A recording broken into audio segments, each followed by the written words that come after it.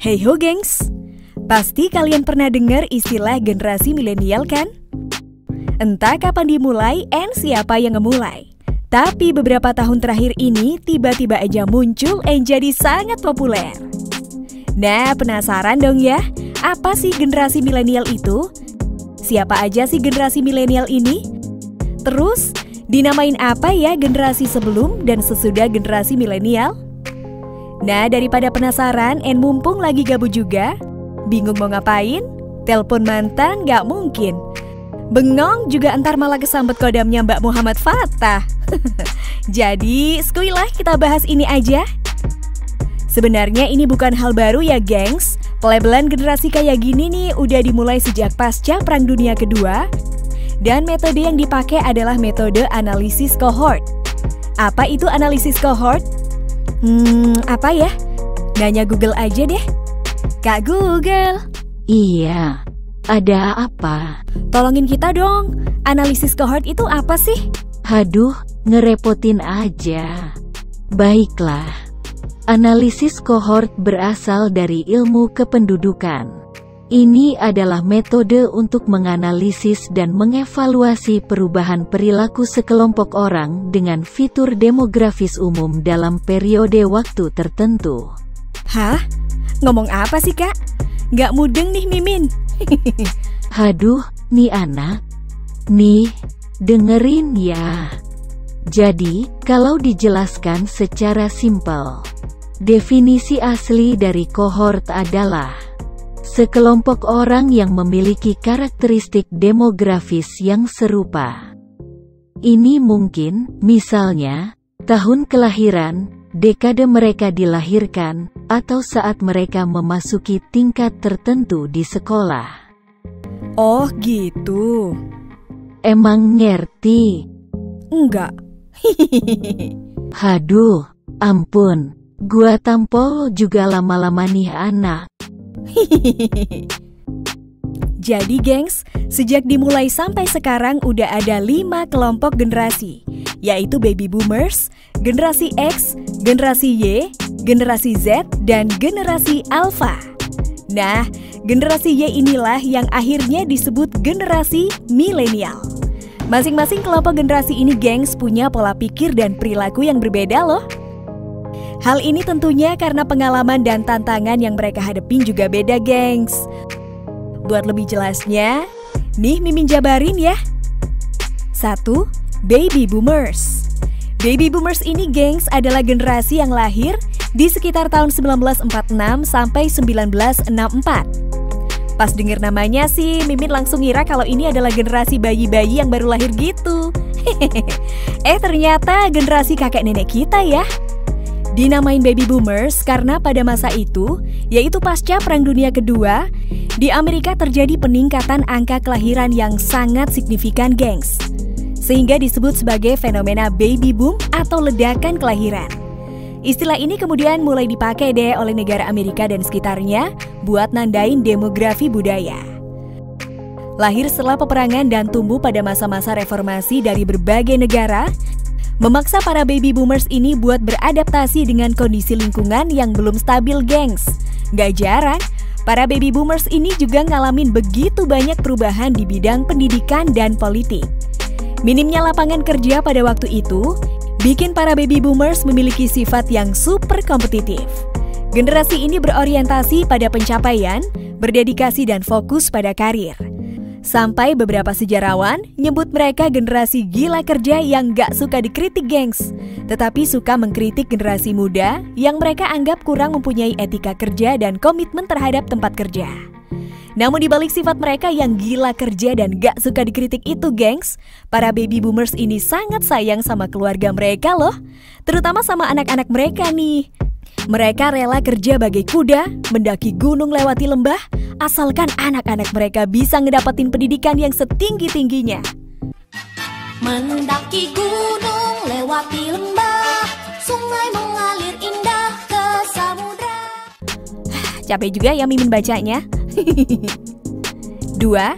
Generasi X. Generasi X adalah anak-anak dari generasi baby boomers. Mereka lahir sekitar tahun 1965 sampai 1980. Nah, karena dibesarin oleh generasi baby boomers yang gila kerja itu, generasi X ini juga sering disebut sebagai the latchkey kids, atau anak yang sering merasa sendirian akibat ditinggal orang tuanya kerja. Kondisi ini gengs ngebentuk generasi X jadi lebih mandiri dan mulai nyari alternatif lain selain pekerjaan formal yang ngabisin banyak waktu. Ngelihat kedua orang tuanya yang banyak ngabisin waktu buat kerja di luar rumah, membuat para generasi X mulai berpikir nih buat berwirausaha atau bekerja di rumah.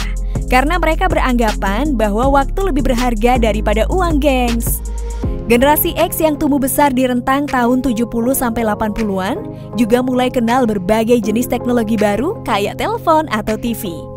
Yang dulunya belum ada di masa orang tua mereka, gengs. Anak-anak dari generasi tersebut juga mulai ngembangin berbagai teknologi yang nantinya bakal dipakai oleh generasi berikutnya kayak pager, internet, ponsel, dan komputer. Jadi bisa dibilang gengs, kalau generasi ini cukup berjasa buat kita para kaum rebahan ya. Coba aja deh bayangin, seandainya mereka nggak ngembangin ponsel. Bayangin aja, dunia tanpa YouTube, IG, Free Fire, PUBG, atau TikTok. Mati gaya kita. Mungkin kita bakal jadi lebih akrab sama plafon dan hafal nama-nama semut yang biasanya ngerayap di dinding kamar kita. 3. Generasi Y. Nah, generasi Y yang lahir antara tahun 1981 sampai 1995 inilah yang seringkali disebut sebagai generasi milenial, gengs.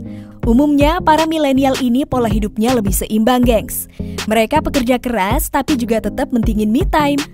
Para milenial ini ngalamin begitu banyak perubahan signifikan di bidang teknologi dan ekonomi. Teknologi yang udah mulai modern bikin mereka jadi lebih mahir dalam pemanfaatan teknologi atau istilah kerennya tech savvy. Munculnya internet dan media sosial ngebentuk para milenial jadi lebih kreatif, bebas, dan berani mengambil resiko. Dikutip dari Forbes, mereka para milenial punya passion yang besar dan sangat kreatif dalam nyari metode-metode buat ngewujudin passion mereka biar bisa dijadiin sumber penghidupan. Mereka suka bekerja, suka bertualang, dan penuh gairah buat ngelakuin hobi yang jadi bagian penting dalam pertumbuh kembangan pribadi mereka. Milenial juga dikenal begitu ekspresif dan open-minded kalau dibandingin sama generasi pendahulunya yang masih kaku dan tegas, gengs.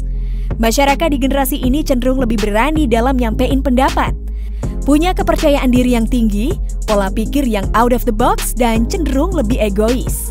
Jadi, gak heran deh kalau orang-orang dari generasi baby boomers atau generasi X seringkali ngerasa kalau anak-anak mereka ini cenderung lebih sering melanggar aturan, rebel, dan suka ngebantah, gengs.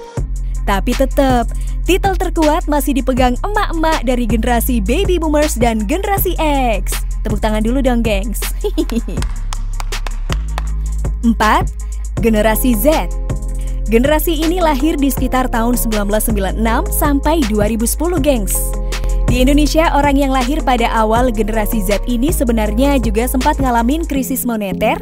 Krisis moneter, bikin papa pusing kepala.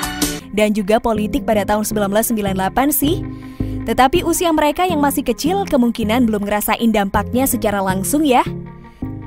Teknologi yang semakin maju dan internet yang udah begitu luas dan mudah diakses bikin para generasi Z ini jadi lebih dekat dan akrab dengan internet. Itulah kenapa generasi ini juga sering disebut I-Generation atau generasi yang akrab banget dengan internet. Hal positifnya, gengs, generasi Z ini tumbuh jadi anak-anak yang berpikiran terbuka, berwawasan lebih luas, suka keberagaman, suka hal-hal baru, dan berpikiran lebih kritis. Namun kalau ada sisi positifnya, sayangnya juga ada sisi negatif yang selalu ngikutin. Sisi negatifnya adalah generasi ini cenderung punya masalah ketergantungan teknologi, khususnya sosial media yang pada akhirnya ngebentuk mereka jadi haus pujian, selalu terburu-buru, lebih suka yang instan, cenderung keras kepala, lebih boros, dan lebih mageran dari generasi sebelumnya. Generasi Z ini dianggap sebagai masa depan ekonomi global. Waduh, berat sekali beban yang harus kalian tanggung, gengs. Sabar ya. 5. Generasi Alpha. Generasi Alpha ini lahir antara tahun 2010 sampai 15 tahun ke depan, atau tahun 2025. Adalah Mark McCrindle, seorang analis sosial dan demografi yang pada tahun 2005 udah nyiptain istilah Generation Alpha buat ngidentifikasi kelompok yang lahir setelah generasi Z. Anak-anak generasi Alpha adalah generasi pertama yang benar-benar hidup berdampingan dengan teknologi canggih sejak mereka dilahirkan. Mereka tumbuh dikelilingi oleh gadget-gadget canggih seperti smartphone. Itulah kenapa, gengs, mereka juga disebut sebagai generasi digital. Dilansir Business Insider, situasi ketergantungan teknologi pada generasi Alpha inilah yang ngebentuk mereka jadi paling transformatif kalau dibandingin sama generasi-generasi sebelumnya, gengs. Gak banyak yang bisa dianalisis sih dari generasi Alpha ini. Ya karena anggota tertua generasi ini baru berumur sekitar 11 tahun, gengs. Peran orang tua masih sangat berpengaruh dalam tumbuh kembang para generasi Alpha ini. Butuh strategi khusus buat ngedidik anak-anak Alpha ini, gengs, agar mereka nggak hanya tumbuh jadi anak-anak yang mahir dengan teknologi atau tech savvy aja, tapi juga bisa ngehargai nilai-nilai kekeluargaan dan sosial. Jadi, baik-baik ngedidik anaknya ya, Bun. That's a wrap, gengs. Thanks for dropping by and watching this video. Last words to say, we have our own mountain to climb, so just climb it. Semoga video ini bisa mencerahkan kalian. Kalau kalian suka, silakan like, subscribe, share, dan aktifkan lonceng notifikasi. Jangan lupa tinggalkan jejak kalian dengan komen di bawah ini ya. Bye, gengs!